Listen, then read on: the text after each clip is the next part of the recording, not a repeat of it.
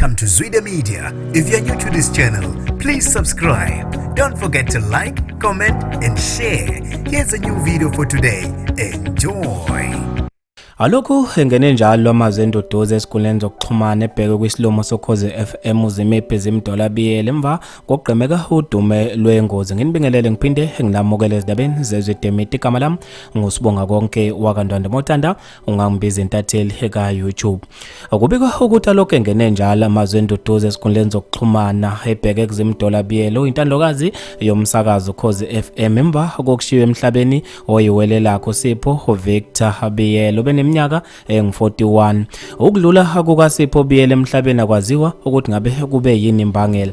Izindaba zokudlula emhlabeni kukamufi zivezwe usisi wakhe okubeka ukuthi ubhale ezinkundleni zokuxhumana edlulisa amazwi okukhathazeka zisa umphakathi ngokushiya emhlabeni oyiwelelakhe. Umufi kubeka ukuthi udlule emhlabeni ngolwesibili kanti kulindeleke ukuba afihlwe ngesonto emumva kwenkonzo yesikhumbuzo ezokuba senkundleni yaseDududu kusukela ngo-9 ekuseni.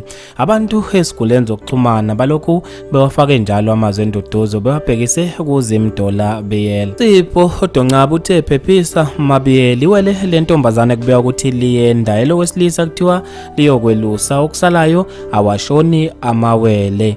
Usiphesihle Zulu uthe baze bangafana ke kodwa ubuza bona buthelezi uthe umndeni uzalo izihlobo abangani sengathi bengaduduzeka kwabe esefaka ama-emoji akhalayo. Uthemba Michael uthe phephisa kakhulu zimephi akwehli lungehli impilo injalo ke angeke sakubalekela ngithi tude emndenini nasehlotsheni abangani sengathi umoya kamufi ungalala ngokukhulu ukuthula.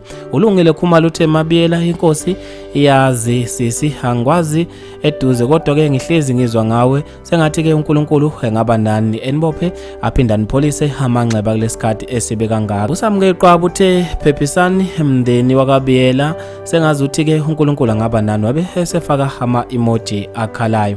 Ungcobo sifanele uthe sithi dudu kuye nasemndenini uNkulunkulu abe nabo ngalesikhathi sobunzima.